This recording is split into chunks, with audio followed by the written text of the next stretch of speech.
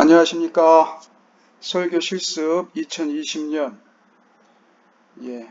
이제 진짜 마지막입니다. 한 번 더, 우리가 수업 일수가 조금 부족하고 조금 못 드린 말씀이 있어서 한 번 더 말씀을 마지막 강의로 2020년 설교 실습 1, 2반 마지막 강의, 온라인 마지막 강의입니다. 오늘은 적용 없는 설교는 적용 없는 설교는 변화할 필요 없는 청중을 양산한다.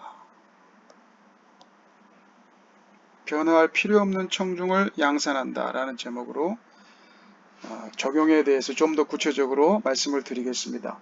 우리가 지난 한 학기 동안 여러분이 두 번씩 설교하면서 모든 원우들의 피드백을 받았죠.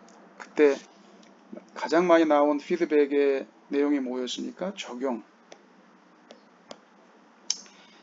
좀 더 구체적이면 좋겠다. 이런 이야기가 많이 나왔죠. 적용이 없다면 어떤 문제가 생기겠습니까? 적용이 없다면 말 그대로 변화할 필요를 느끼지 못하는 회중을 만들어내는 것입니다. 변화할 필요를 느끼지 못해요. 설교는 들었어요. 설교는 잘 들었는데 그 설교에 대해서 설교 들으면서 심지어 은혜 받았다고까지 합니다.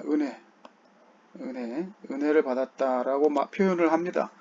그러나 내가 당장 변화돼야 될 필요를 못 느끼는 거예요. 변화가 없는 거예요. 변화되어야 할 도전이 없는 거예요. 그런 설교가 생각보다 많습니다. 그러니까 적용이 없는 설교죠. 적용이 없는 설교입니다. 그런 설교가. 이런 적용이 없는 설교, 너무 문제가 많습니다. 적용이 없는 설교는, 제가 지난번에도 말씀드렸지만 10년, 20년 그 설교를 듣고 왜 사람들이 변하지 않았느냐? 변화될 필요를 못 느끼는 설교이기 때문입니다. 변화되라고 도전하지도 않았고 구체적으로 어떻게 변화되라고 말해주지도 않았기 때문에 그렇습니다. 그래서 적용이 없는 설교가 제일 나쁜 설교고요. 그리고 그렇지만 적용이 없으니까 나름대로 적용이 있죠. 그래서 제가 이 적용의 한계, 1번 적용의 한계라는 표현을 썼는데요. 이 적용이 있긴 있는데 그 적용이 좀 한계가 있는 경우가 많습니다. 먼저는 적용이 개인주의적 적용에 머물러 있습니다. 개인주의적인 적용에 머물러져 있습니다. 어떤 의미입니까? 개인주의적 적용. 그러니까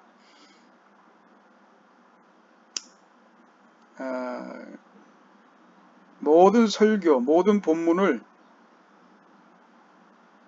개인의 문제로 다 환원하는 것이죠.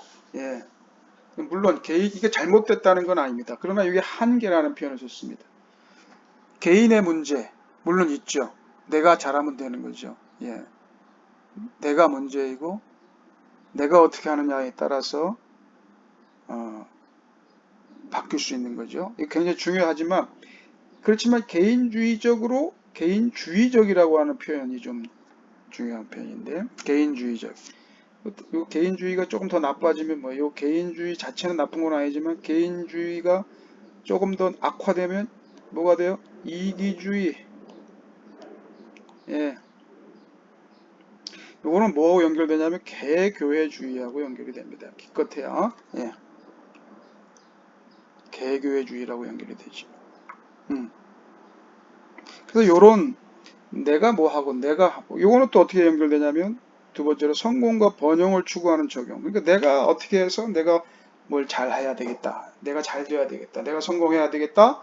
내가 많은 것들을 소유해야 되겠다. 이런 적용의 한계점을 갖는 것입니다. 그래서 개인주의적인 적용, 개인에게만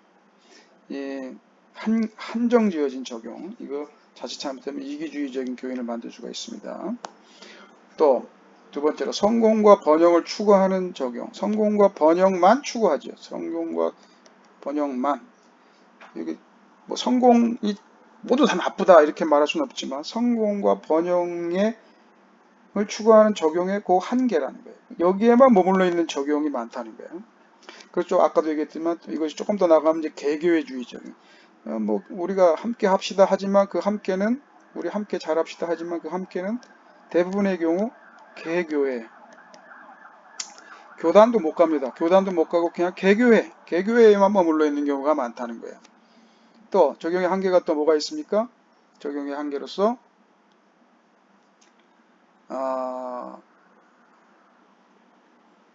성속의 율법적 성속의 이분법적 적용이다. 예. 그러니까 교회 생활과 일상 생활을 분리시키는 거죠. 예. 그래가지고 대부분의 적용은 교회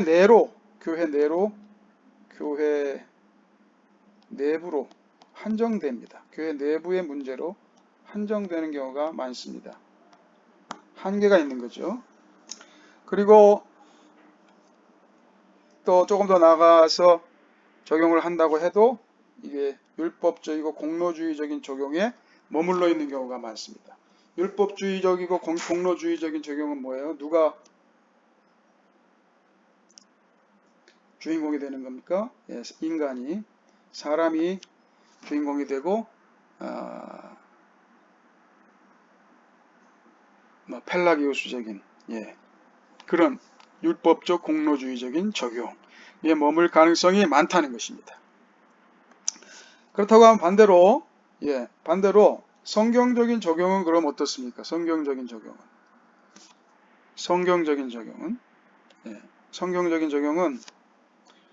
아까 여기서 얘기했듯이 개인주의라기보다는 어떻게 해요? 개인주의라기보다는 공동체 중심의 적용이죠. 성경의 개인주의보다는 뭐가 많아요? 공동체에 대한 얘기가 많습니다. 성경에는 공동체에 대한 얘기가 많아요. 예. 그렇지만 우리의 설교는 많은 경우에 공동체를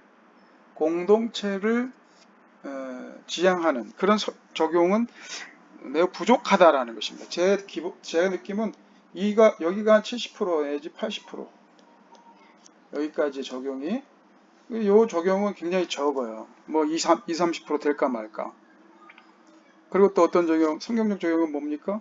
성공과 번영보다는 고난과 희생 또는 이 세상의 성공보다는 세상이 줄 수 없는 기쁨과 영원한 소망 이런 것들에 대한 적용이 많은데 우리는 이 세상, 현실적인 어떤 성공, 현실적인 어떤 희망 뭐 이런 것들만을 얘기할 때가 많죠. 그러니까 어떤 분이 그런 얘기했습니다. 교회가 성공을 이야기하고 교회가 부를 이야기할 때 소위 성공과 부를 성취한 교인들은 교회에 더 이상 나올 이유가 있습니까? 없습니까? 별로 없다는 것이죠. 예. 성공과 부는 이미 내가 다 가지고 있는데 뭐 굳이 교회 나갑니까? 교회 나가서 성공과 부 뭐 이런 것들을 얻을 수 있다. 이미 내가 다 얻었는데 뭘 또 교회 나가겠습니까? 반대로 또 아무리 해도 얻을 수 없는 것 같으니까 교회 안 나가는 경우도 있겠죠. 예, 이것이 이제 우리 설교 적용의 한계다. 나는 그렇게 설교 안 했다라고 하지만 우리의 설교가 여기에 머물러 있으면 그런 사람들을 만드는 겁니다.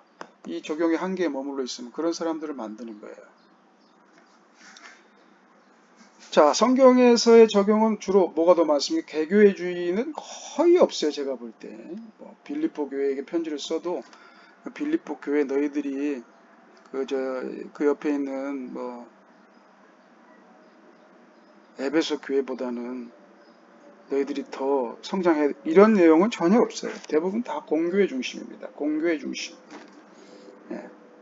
빌립보 교회 교인들아 너희들이 바로 예수 그리스도를 믿는 하나님의 교회고 그래서 우리는 이렇게 살아야 된다라고 하는 이 공교회 중심의 적용이 대부분입니다.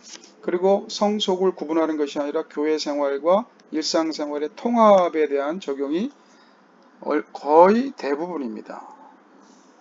우리가 어떻게 해야 될 것이냐. 이거는 개혁주의 설교문법 제가 표현했는데, 율법주의나 또는 공로주의에 반해서 우리가 개혁주의 설교문법을 써야 된다.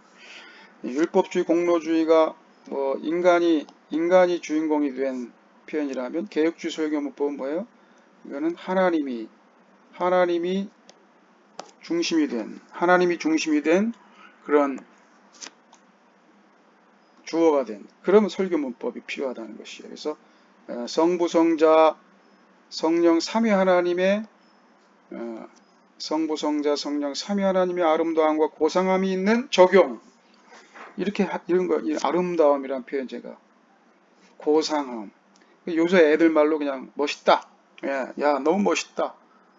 야, 대박이다. 짱이다. 뭐 이런 표현을 통해서 우리가 하나님의 아름다움을 높이면서 적용을 하는 거죠. 그러니까 우리가 하나님의 아름다움을 높일다 그러면 어떻게 합니까? 예를 들면 최근에 내가 들은 이 음악이 너무너무 아름답고 멋있다. 너도 들어봐. 우리 이 음악을 매일매일 듣자. 뭐 이렇게 좀 구체적으로, 또는 매일매일 듣고 이 음악에 대해서 서로 이야기하자. 또는 이 음악을 매일매일 듣고 음반을 사자. 뭐 아니면 음원을 다운받자. 이렇게 좀 구체적인 내용이 나올 수 있는 것처럼 성부, 성자, 성령 삼위 하나님의 아름다움과 고상함을 높이는, 그것을 드러내는 적용이 우리에게 필요하다. 공로주의적이고 율법주의적인 적용의 한계를 넘어서자는 겁니다. 그래서 다시 한번 말씀드리면, 여기에 있는 이런 적용들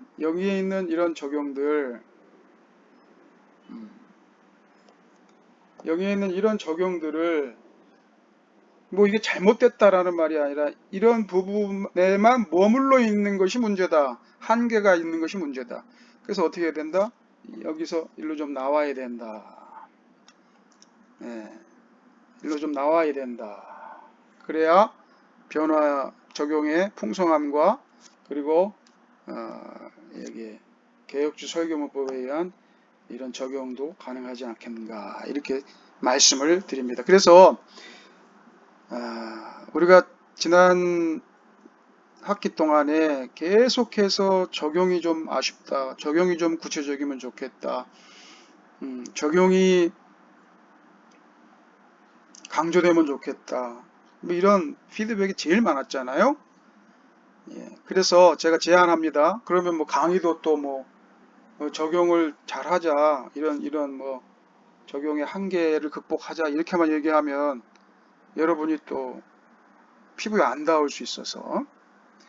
자, 그래서 여러분의 설교 준비를 하면서 원고가 완성되기 전에, 그리고 어느 정도 원고가 1차 초고가 완성되었을 때, 여러분이 오늘 이 강의를 생각하면서 여러분의 설교를 스스로 점검하시는 겁니다. 자체 검열을 좀 해보세요. 자체 검열. 자체 검열. 어떻게? 나의 적용이 자체 검열.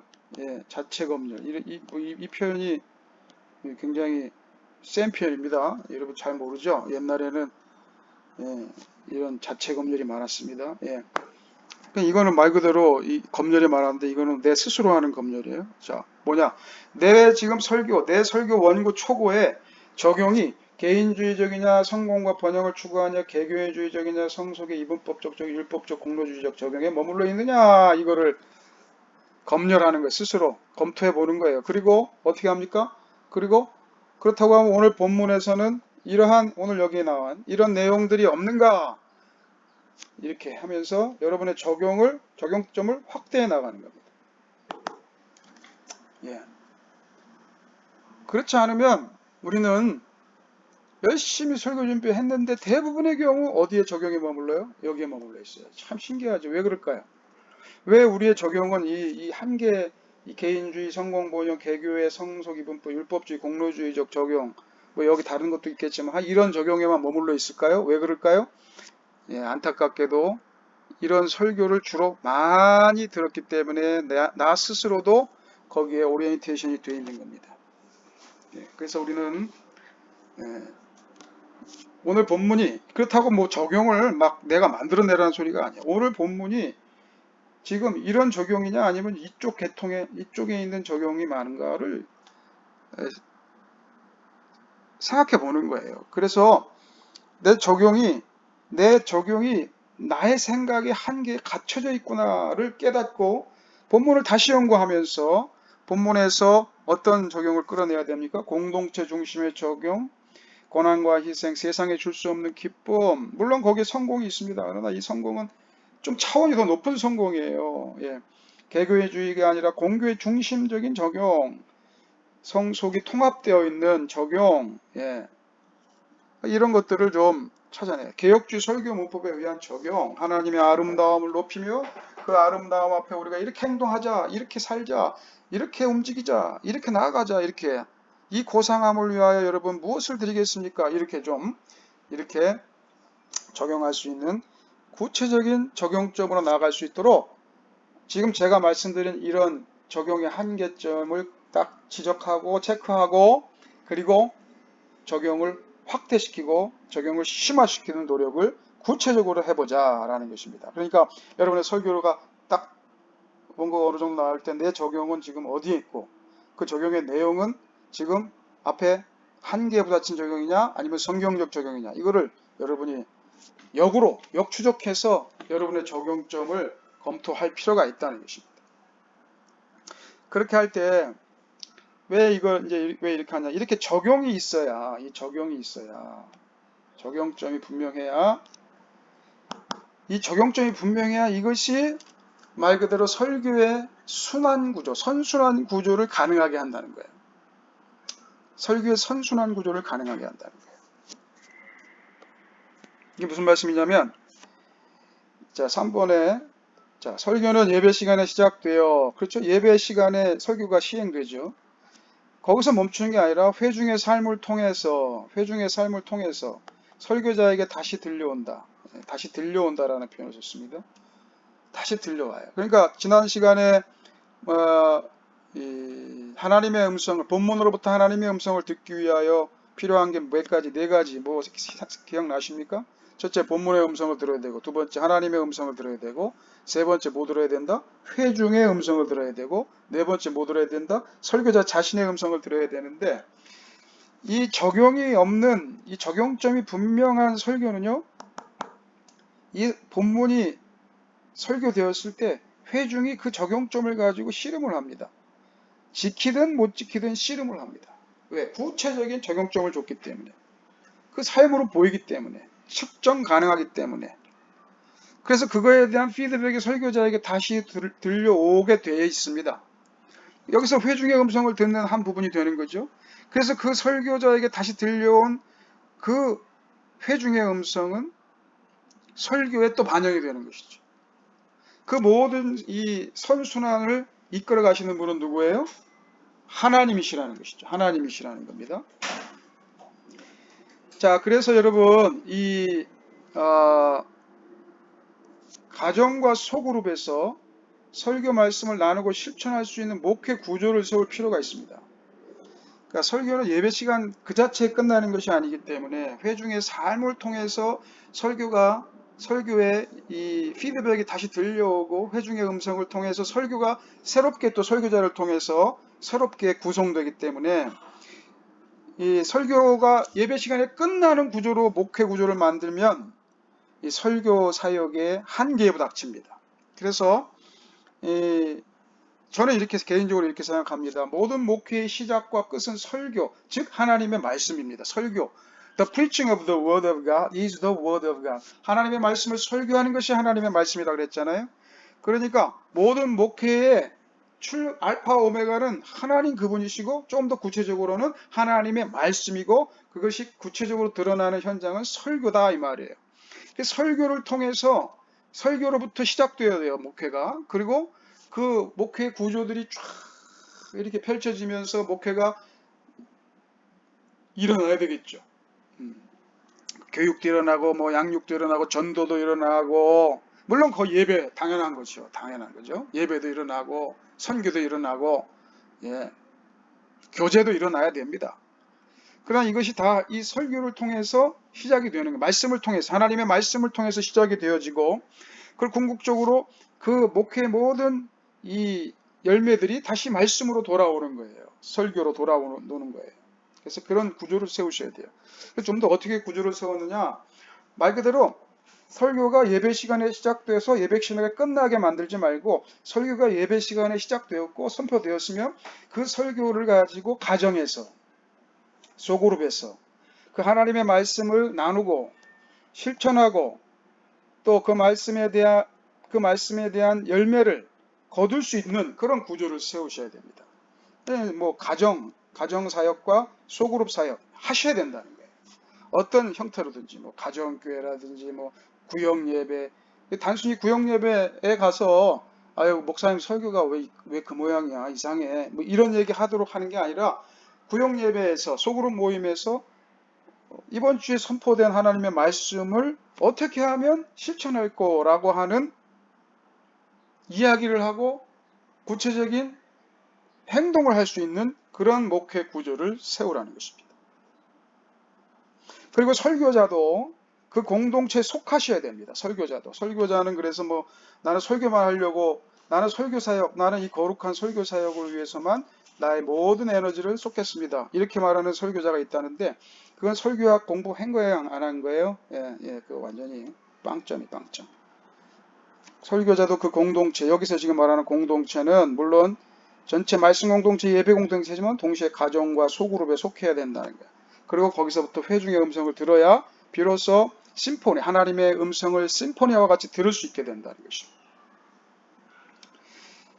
다시 한번 말씀드리지만 설교의 열매는 결국 들음을 통해서 나온다.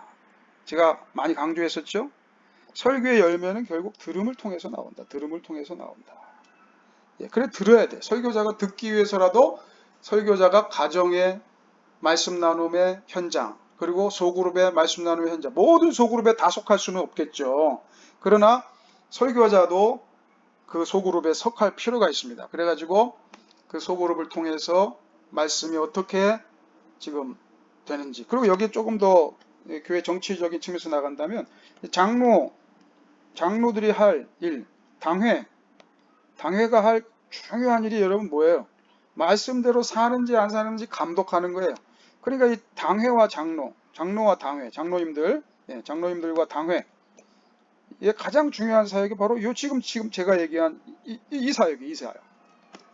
그러니까 당회를 이런 말씀 사역의 동반자로, 그 다음에 서포터로, 지지자로 만들어야 됩니다. 그렇게만 만들 수 있다면 여러분의 목회가 정말 말씀 중심의 아름다운 목회가 될 것입니다. 자, 그래서 다시 한번 말씀드린다면 우리의 설교는 얼마나 잘 말하느냐가 아니라 얼마나 잘 듣고 실천하느냐에서 설교 열매가 나오는 거죠. 내가 설교 잘했다. 못하는 것보다는 잘하면 좋죠. 잘했다. 보통 어떤 의미입니까? 야, 설교 말씀 잘한다. 말을 잘한다. 로고스가 분명하고 또 파토스가 막 뛰어나오고 심지어 거기에 일단은 뭐 그 삶이 어떤지는 모르겠지만 그 풍겨 나오는 그 에토스도 좋다. 여기서 끝나는 게 아니라 그 말씀이 얼마나 잘 회중이 그 말씀을 얼마나 잘 들었느냐. 그 말은 뭐예요? 잘 들었다는 말은 뭐예요? 그걸 듣고 실천했느냐? 실행에 옮겼느냐? 여기에서 설교가 결정나는 거죠. 그런 의미에서 우리는 그 설교가 현장에서 그 설교의 말씀이 쉐어링되고 그리고 그 설교의 말씀이 프락시스라는 표현을 씁니다. 프랙틱스하고 좀 달라요. 그 말씀을 듣고 말씀을 실천함으로 말미암아 하나님의 말씀을 입체적으로 더 이해하는 데까지 가는 겁니다. 이론과 실천이 분리되는 게 아니라 하나님의 말씀을 듣고 그 말씀을 실천함으로 어떻게 해요? 그 하나님의 말씀을 더 전인격적으로 로고스, 에토스, 파토스 전인격적으로 알게 되는 지경까지 가는 것이 프락시스죠. 이런 프락시스의 열매가 설교를 통해서 나올 수 있도록 여러분이 설교할 뿐만 아니라 목회 구조도 그렇게 바꾸어야 된다. 여기에는 이제 목회 철학이 필요하고요. 그 목회 철학에 따른 교회의 이 구조가 필요합니다. 구조가 필요하고, 그리고 거기에서 설교가 또한 그 전체적인 목회 이 양육 시스템의 중심에서 중심에서 어떻게 해야 됩니까? 이 들음이라고 하는 무게추를 가지고 하나님의 말씀이 교회를 이끌어갈 수 있도록 그렇게 하셔야 된다라고 하는 것입니다. 자, 그래서 다시 한번 정리하면 여러분, 오늘 여러분, 그래서 제가 크게 세 가지입니다. 여러분의 설교가 지금 여러분의 설교가 여기에 머물러 있는지 여기에 머물러 있는지 점검하셔야 돼요. 여기에 머물러 있다면 어떻게 해야 됩니까? 여러분의 설교를 지금 이 방향으로 옮기셔야 됩니다. 이 방향으로. 여러분의 설교를 이 방향으로 옮기셔야 돼요. 이 방향으로 옮기시도록 그렇게 설교하시고, 더 나아가서 가정과 소그룹에서 설교 말씀을 나누고 실천할 수 있도록 목회구조, 설교 중심의 목회구조, 설교 중심의 목회구조라는 표현이 맞는지 모르겠지만 하나님 말씀 중심의 목회구조, 설교자 중심이 절대 아닙니다. 하나님 말씀 중심의 목회구조, 말씀이 나누어지고, 그래서 여러분 설교가요, 구체적인 적용이 있으면요, 설교 잘했다 못했다 보다는 어떤 것에 대해서 이야기하겠습니까? 야, 설교 목사님 이렇게 말씀했는데 이걸 어떻게 하면 좋겠나? 이렇게 얘기가 나오죠. 적용이 없으면 어떻게 돼요? 적용점이 없으면 뭐라고 말씀하셨어 오늘? 말씀이 뭐 은혜는 되는 것 같은데 뭐 하면서 이렇게 또 토를 나게 되는 거예요. 적용점이 분명하셔야 돼요. 적용점이 분명하셔야 돼요. 네. 자, 그렇게 될 때 여러분, 오늘은 이 큰 틀에서 적용이 여러분 이 적용의 한계를 극복하고 성경적 적용으로 확장되고 심화되는 적용을 하시면서 동시에 여러분이 담임 목사가 아니기 때문에 이 사역은 못하지만 여러분이 미리 지금부터 준비를 해야 나중에 기회가 주어지면 하든지 말든지 할 거 아니겠습니까? 그죠? 그래서 그 담임 목사가 아니지만 여러분이 맡은 부서, SFC나 뭐 어린이나 청년들 요 시스템을 만드셔야 돼요. 시스템을. 그래서 여러분이 설교할 때 이렇게 한번 생각해 보세요. 여러분이 설교하고 설교 원고를 요약해서 예를 들면 뭐 주보에 부서 주보에 낸다든지 하는 것도 좋지만 더 좋은 거는 여러분이 설교를 하고 그 설교를 듣고 워크북 스타일로 또는 스타디북이라는 말을 표현하는 거는 워크북이 낫겠죠. 그 설교를 듣고 어떻게 할 것인가를 좀 정리할 수 있도록 그렇게 설교를 정리해서 거기에 대해서 토론을 하게 하고 어떻게 실천을 하게 하며, 그래서 그 실천하는 것을 어떻게 나누게 하며 여기에다가 초점을 맞춰서 여러분 뭐 설교 원고를 미리 주든지 뭐 하여튼 이것도 그런 워크북 스타일로 주는 게 좋다, 저는 그렇게 생각합니다. 그렇게 해가지고 하나님의 말씀인 설교가 회중들의 삶을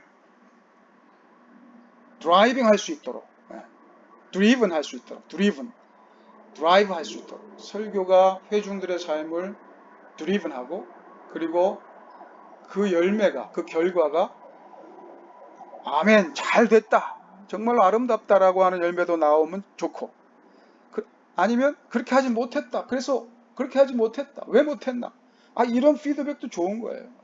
뭐 완벽하게 하나님 말씀대로 못할 가능성이 많죠. 그러나 그것을 못했을 때 오는 그런 또 하나님 앞에서의 회개, 하나님 앞에서의 기도, 하나님 앞에서의 참 나 자신에 대한 참담함, 나 자신을 내려놓는 뭐 이런 것들이 다 필요한 겁니다, 설교에. 그래서 오늘 이 세 가지 측면에 대해서 여러분이 깊이 생각하시면서 이제 온라인 강의를 들으시고, 이 강의는 말 그대로 엑스트라 강의이기 때문에 뭐 제가 평가를 하지 않습니다. 그러나 여러분이 이 강의를 들으시고 유튜브를 이용해서 그 유튜브 댓글란에다가 이렇게 한번 적어보세요. 나의 설교는 현재 이러이러했습니다. 나의 설교는 현재 이런 한계가 있었습니다. 나의 설교의 적용만 하는 거죠. 나의 설교의 적용은 이러이러한 한계가 있었습니다. 그죠? 그래서 나는 앞으로 이러이러한 점을 고치겠습니다. 이렇게 한번 써보시고요. 예. 예. 그렇게 하시면 제가 참여하고 강의를 들은 모든 원우들에게 가산점 플러스 알파를 주겠습니다. 뭘 쓰라고요? 나의 설교 적용의 현재 한계점은 이러이러한 것인데 이렇게 고쳐야겠다. 고쳐야겠다. 이렇게 한번 구체적으로 댓글을 적어 주십시오. 그러면 여러분에게 플러스 알파의 가산점을 드리겠습니다. 예, 죄송합니다. 자꾸 공부시키고 자꾸 일시켜서. 그러나 여러분 마지막으로 또 3학년 1학기 끝났습니다. 이제 2학기 1학기보다 시간이 더 빨리 갑니다. 그런 상황 가운데서 여러분의 설교가 지금 10주 좀 넘게 한 것에 아주 큰 진전이 있었던 것처럼 앞으로 더 큰 진전이 있기를 바라면서 건투를 빕니다. 감사합니다. 수고하셨습니다.